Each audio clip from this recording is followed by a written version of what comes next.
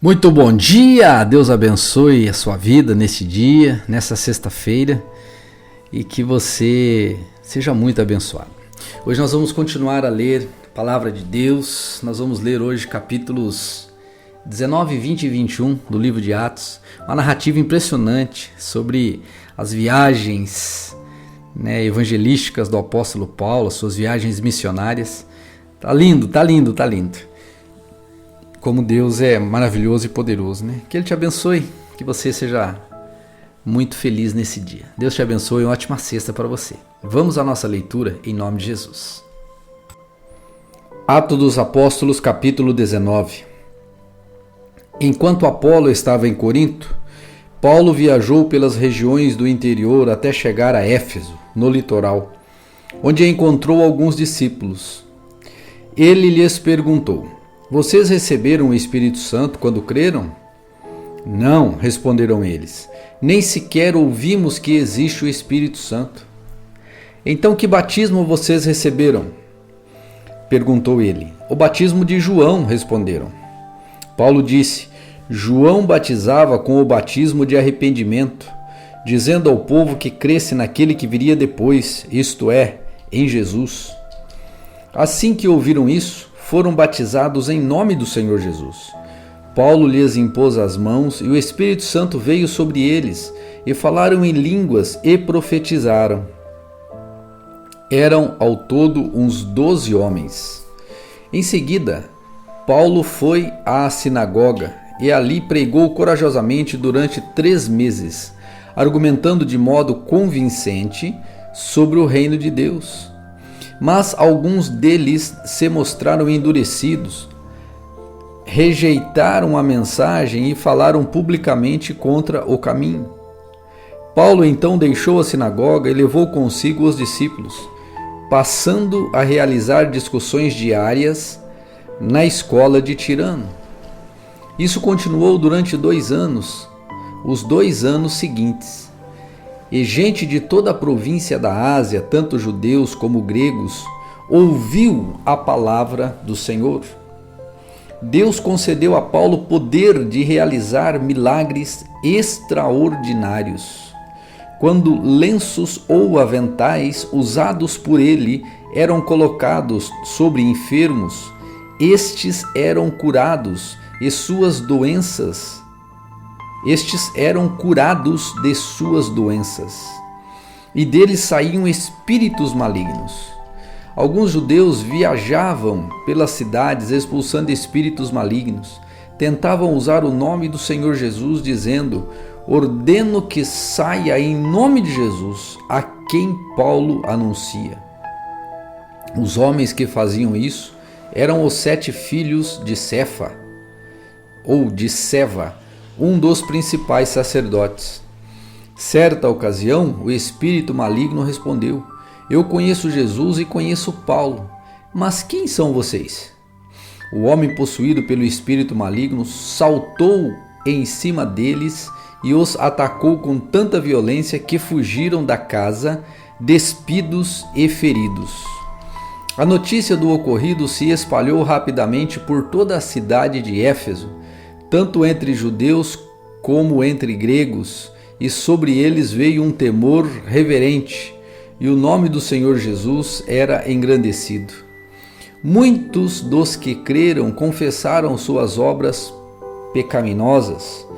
Vários deles, que haviam praticado feitiçaria, trouxeram seus livros de encantamentos e os queimaram publicamente. O valor dos livros totalizou 50.000 moedas de prata. Assim, a mensagem a respeito do Senhor se espalhou amplamente e teve efeito poderoso. Depois disso, Paulo se sentiu impelido pelo Espírito a passar pela Macedônia e a Acaia antes de ir a Jerusalém. E de lá, devo prosseguir para Roma, disse ele. Então enviou adiante dele à Macedônia 2 assistentes, Timóteo e Erasto, e permaneceu um pouco mais na província da Ásia. Por esta época, Houve um enorme tumulto em Éfeso por causa do caminho. Começou com Demétrio, ourives que fabricava modelos de prata do templo da deusa grega Ártemis e que empregava muitos artífices. Ele os reuniu a outros que trabalhavam em ofícios semelhantes e disse: Senhores, vocês sabem que a nossa prosperidade vem deste empreendimento. Mas, como vocês viram e ouviram, esse sujeito, Paulo, convenceu muita gente de que deuses feitos por mãos humanas não são deuses de verdade. Fez isso não apenas aqui em Éfeso, mas em toda a província. Claro que não me refiro apenas à perda do respeito público por nossa atividade. Também me preocupa que o templo da grande deusa Ártemis perca sua influência e que esta deusa magnífica, adorada em toda a província da Ásia e ao redor do mundo, seja destituída de seu grande prestígio. Ao ouvir isso, ficaram furiosos e começaram a gritar: Grande é Ártemis dos Efésios, ou grande é a Diana dos Efésios. Em pouco tempo, a cidade toda estava uma confusão. O povo correu para o anfiteatro arrastando os macedônios Gaio e Aristarco, companheiros de viagem de Paulo.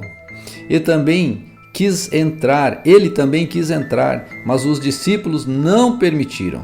Alguns amigos de Paulo, oficiais da província, também lhe enviaram um recado no qual suplicaram que não arriscasse a vida entrando no anfiteatro.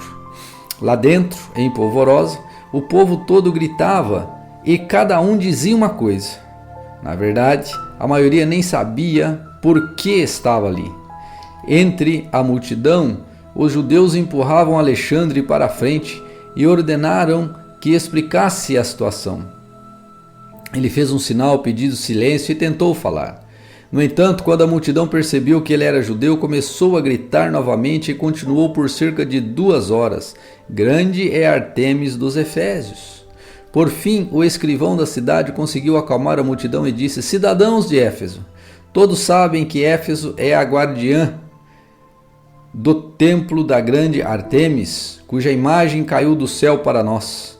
Portanto, sendo este momento um fato inegável, acalme-se e não façam nada precipitadamente. Vocês trouxeram esses homens aqui, mas eles não roubaram nada do templo, nem disseram coisa alguma contra a nossa deusa. Se Demétrio e seus artífices têm alguma queixa contra eles, os tribunais estão abertos e há oficiais disponíveis para ouvir o caso, que façam acusações formais. E se há outras queixas que desejam apresentar, elas podem ser resolvidas em assembleia, conforme a lei. Corremos o perigo de ser acusados de provocar desordem, pois não há motivo para este tumulto. E se exigirem de nós uma explicação, não teremos o que dizer. Então os despediu e a multidão se dispersou. Atos capítulo 20. Passado o tumulto, Paulo mandou chamar os discípulos e os encorajou. Então se despediu e partiu para a Macedônia.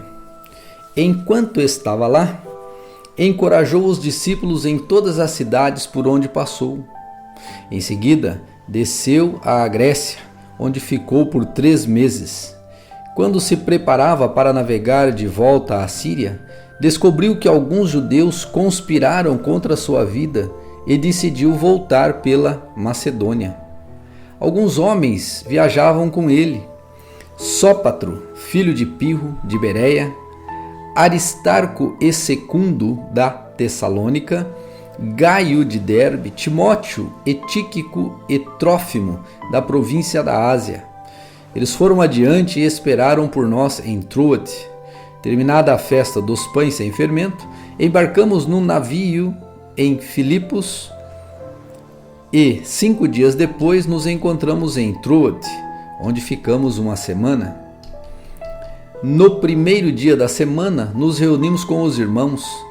De lá, para partir do pão, Paulo começou a falar ao povo e, como pretendia embarcar no dia seguinte, continuou até a meia-noite.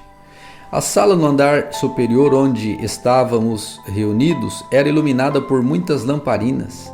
O discurso de Paulo se estendeu por horas e um jovem chamado Eutico, que estava sentado no parapeito da janela, ficou muito sonolento. Por fim, adormeceu profundamente e caiu de uma altura de uns 3 andares e morreu. Paulo desceu, inclinou-se sobre o jovem e o abraçou. Não se desesperem, disse ele, o rapaz está vivo. Então todos subiram novamente, partiram o pão e comeram juntos. Paulo continuou a lhes falar até o amanhecer e depois partiu. Enquanto isso, o jovem foi levado para casa vivo e todos sentiram grande alívio. Paulo foi por terra até Assos, onde havia definido que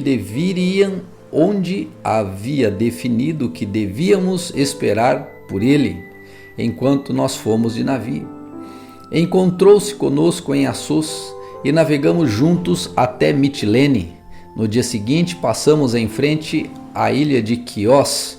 No outro dia atravessamos a ilha de Samos e um dia depois chegamos a Mileto.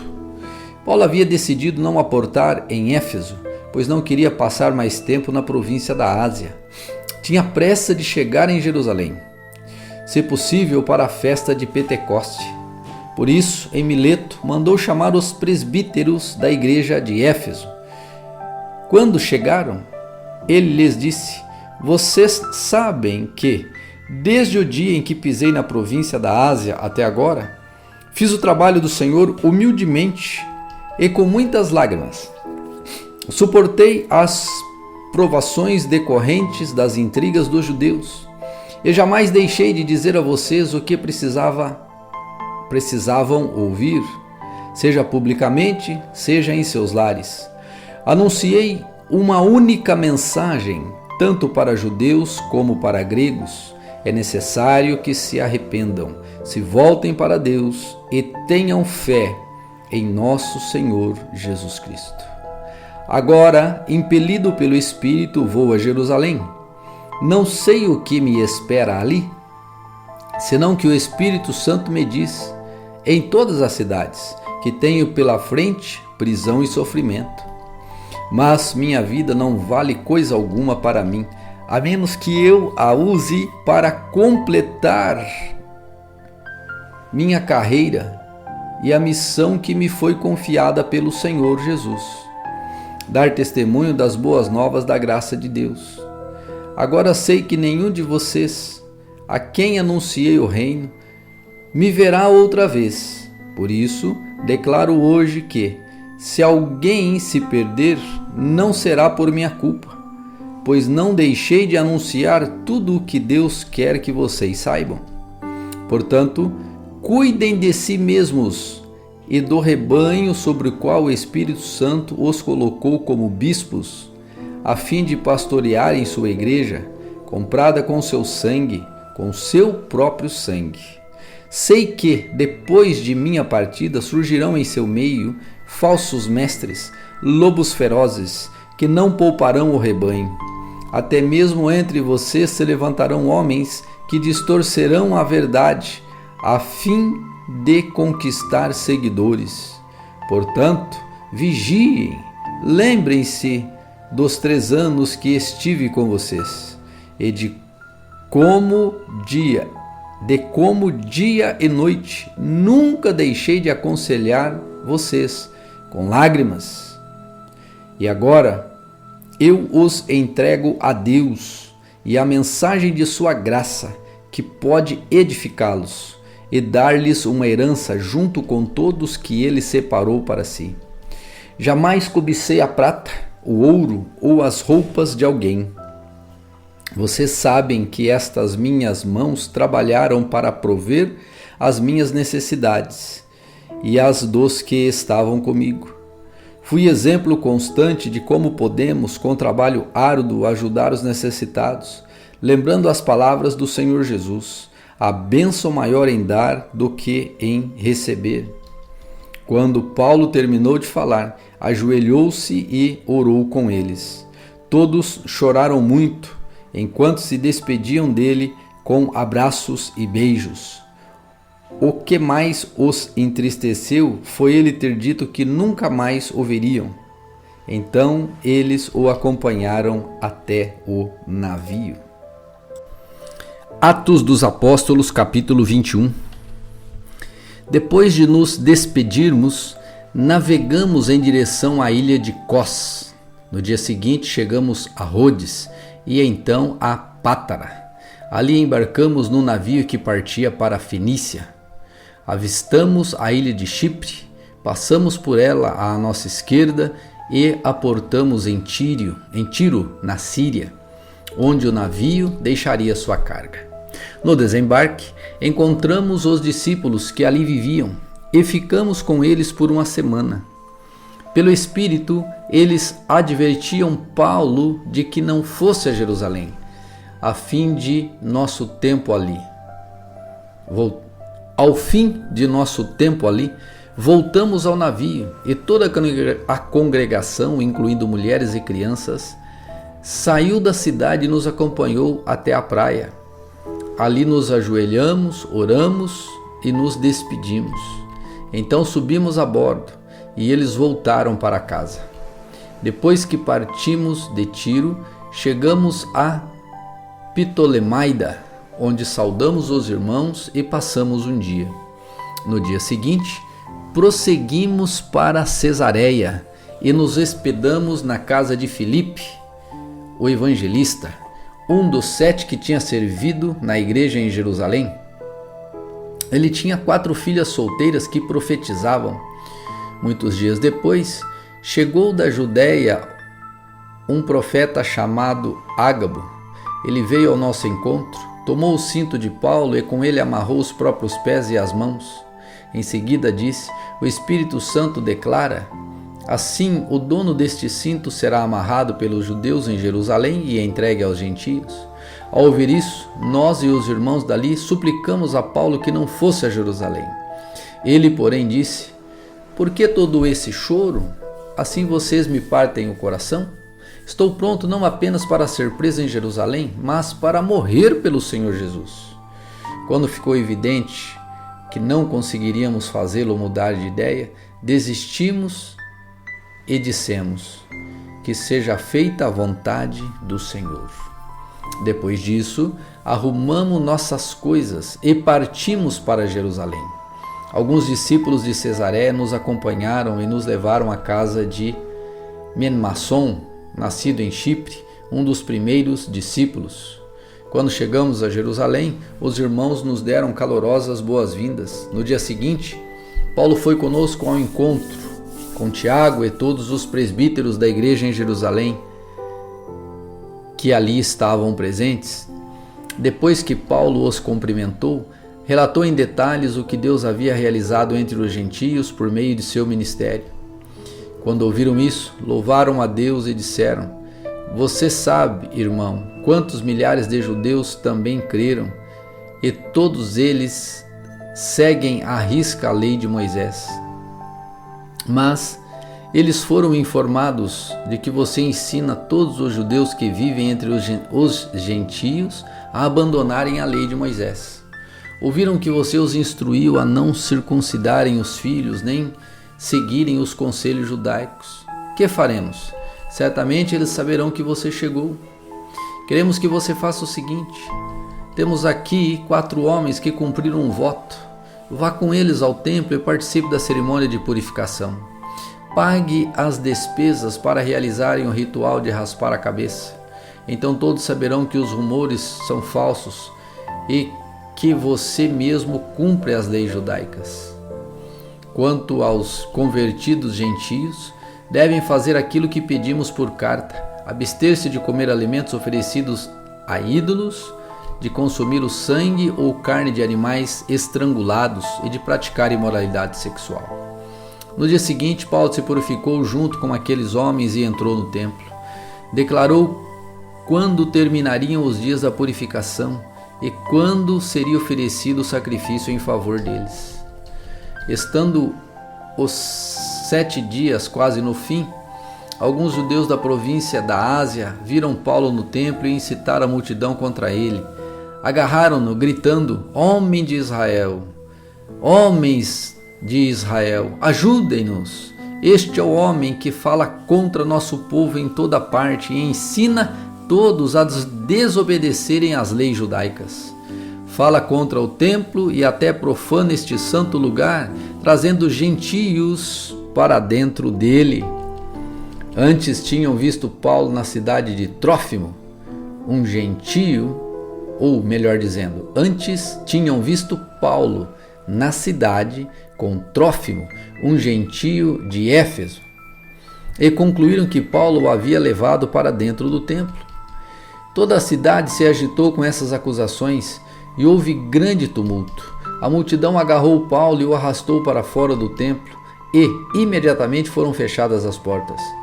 Quando procuravam matar Paulo, chegou ao comandante do regimento romano. Chegou ao comandante do regimento romano a notícia de que toda Jerusalém estava em rebuliço. No mesmo instante, ele chamou seus soldados e oficiais e correu para o meio da multidão. Quando viram o comandante e os soldados se aproximaram, pararam de espancar Paulo.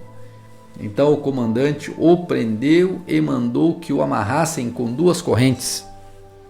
Em seguida, perguntou à multidão quem era ele e o que ele havia feito. Uns gritavam uma coisa, outros gritavam outra. Não conseguindo descobrir a verdade no meio de todo aquele tumulto, ordenou que Paulo fosse levado à fortaleza. Quando Paulo chegou às escadas, o povo se tornou tão violento que os soldados tiveram de levantá-lo nos ombros para protegê-lo. E a multidão foi atrás gritando: Matem-no! Matem-no!